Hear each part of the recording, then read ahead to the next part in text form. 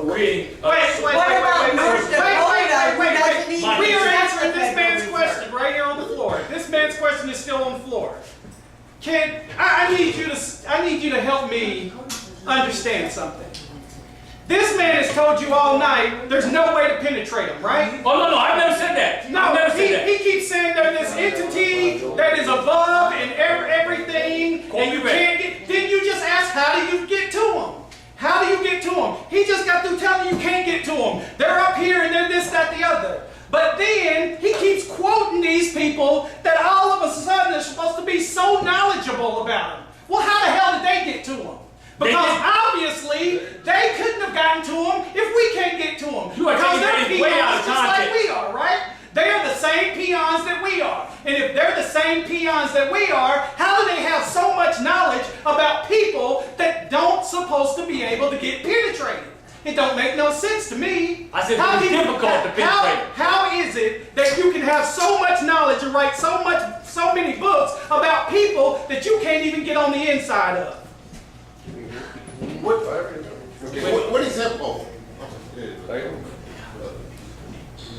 I'd just like to ask a quick question about our choices of political candidates. And I don't care, I'll take both of them. I want to know how many presidents we've had elected since Roosevelt, Franklin, that have not either been a CFR member, trilateralist, or now they're making them all automatic members of Bilderbergs. Answer me a question. What do we have to choose from that's not already a member of the CFR, a trilateralist, or a Bilderberg? I'm gonna let you say that because I'm in total agreement with you. Well, go ahead, give me personally, maybe a president that's not been a member of those groups. Just answer my question. I don't you know. won't be able to. I don't know any of those groups personally. But you're Homeland Security. I'm gonna sit down. That's why I need to sit down. Can I get it? Full. You asked There's not me. been one president. You asked me a question. Are you going to allow me to finish? You can't answer. Are you going to allow me to finish? I'll answer it after you finish. If you're gonna answer. If you're just going to That's like saying, name me a president. Name one president has been a member of one of those three groups. You can't do it. Don't lie, because there's one. That's like asking There is me. one. That's like asking me why has every president since George Washington been a member of the Boys Club? Yeah, No, What does that have anything to do with the conversation that we are having at hand? Well, I'll answer. Sorry, let them answer. Yeah, let me answer. Let somebody answer a little bit more intelligent. Somebody that's done some serious research and has studied all three of those groups: the Trilateral Commission, the Council on Foreign Relations, and the Bilderberg Group. Okay, and they all are once again controlled by the Rothschild family, this mysterious conspiratorial family that most of us that don't do any reading can sit up and say that's a conspiracy. Because if you do some reading, you'll notify that Cradle Rothschild conspiracy. Now, all of them, I'll answer your question, all of them have been members of one of those agencies or organizations. Now, have they ever deviated from their responsibility? Yes, they have. And when they deviated from their responsibility, they either killed them or discredited their character. Now, I'll name them too, just to help Anthony out so he can go do his research. We can go back before that, because there have been 4 presidents that have been assassinated because of their stance against the central banks in this country. Yes. Okay? And then others, Andrew Jackson he was shot at numerous times, but they didn't get it. Right. But there was Garfield, there was one boy right between Garfield, I know there's Kennedy, and then Lincoln. And then, of course, you got Nixon with Watergate. Had nothing to do with Watergate. It was because he wanted to start to challenge the monetary system in the United States and start doing investigation on the Federal Reserve backers. That's what Nixon wanted to do, okay? He took us off of the international gold standard. Then comes along Jimmy Carter, who stood up against the state of Israel. Then comes along Reagan, who stood up against Lebanon. Yeah. Then comes along Bush, who they tried to kill as well. The first Bush, they tried to kill him because he instigated an investigation of the Anti-Defamation League in San Francisco, California in 1992. Then we can go on to Clinton, who they came down on him, but they straightened him out. He became their voice. But he did pass and repeal the Glass-Steagall Act of 1999, which considerably contributed to the current housing crisis. Then, of course, you got Bush 2, who said, we're going to have a war in Iraq. They created the 9/11 conspiracy so that we could justify going to a war in Iraq because the mass of the people in the United States was not going to tolerate another war. Of course, we did. Then comes our brother, Barack Obama, who's just another stooge for him as well. Okay, and he manifested himself, and he has tried to stand up to them, and the ADL went after him, got him back in line, so he's back on track now.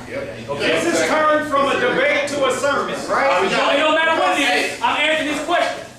We got 5 more minutes. Thank you. So we got 5 more minutes. Any other questions? I got one. Tony, Yes. do you feel that there is not international financiers behind our government? There is not international financiers running our government. That is not happening. Sure, don't say that. There are international financiers that influence our government. There are national financiers that have very strong influence and lobby on our government, but international, national, or local financiers do not control our government. You want to ask me that question too?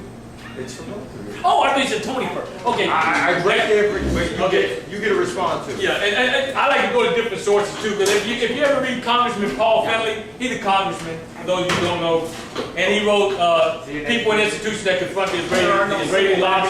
Okay, Congressman Ron Paul wrote a good book. I would strongly suggest that people get this as well. It's called They Dare to Speak Out, because they did speak out about the heavy influence of financiers and even the state of Israel's influence on this U.S. government.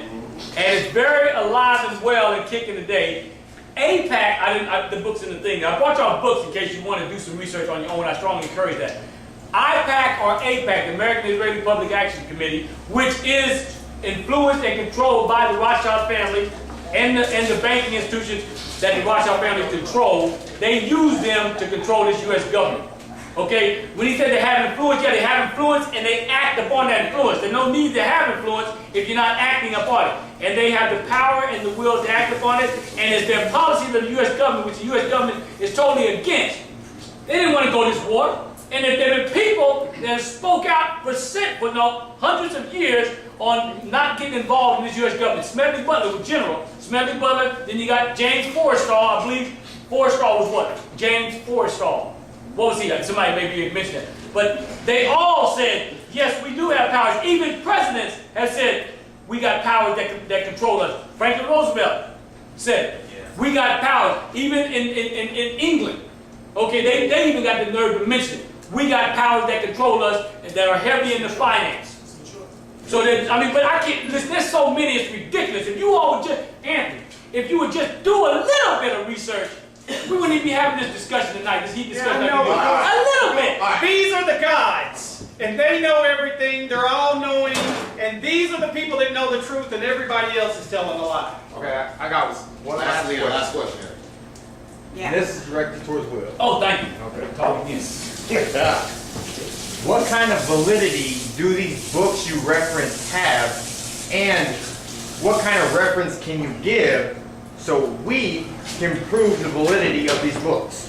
These books here are just books. These are just people's opinions. Like when I open my presentations all the time. But you're offering them as fact.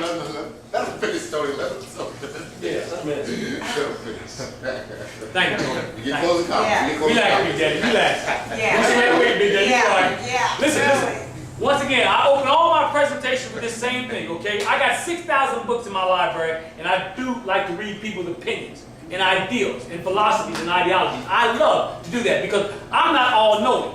But we all together can become more knowledgeable than where we're at. But let's see what other people said. If they had the audacity to write a book, why not look at it? Let's see what they had to say. But I say everything I'm telling you is a lie because I want you to read this material and you make a determination. I'm not saying everything I'm saying is right. I'm saying everything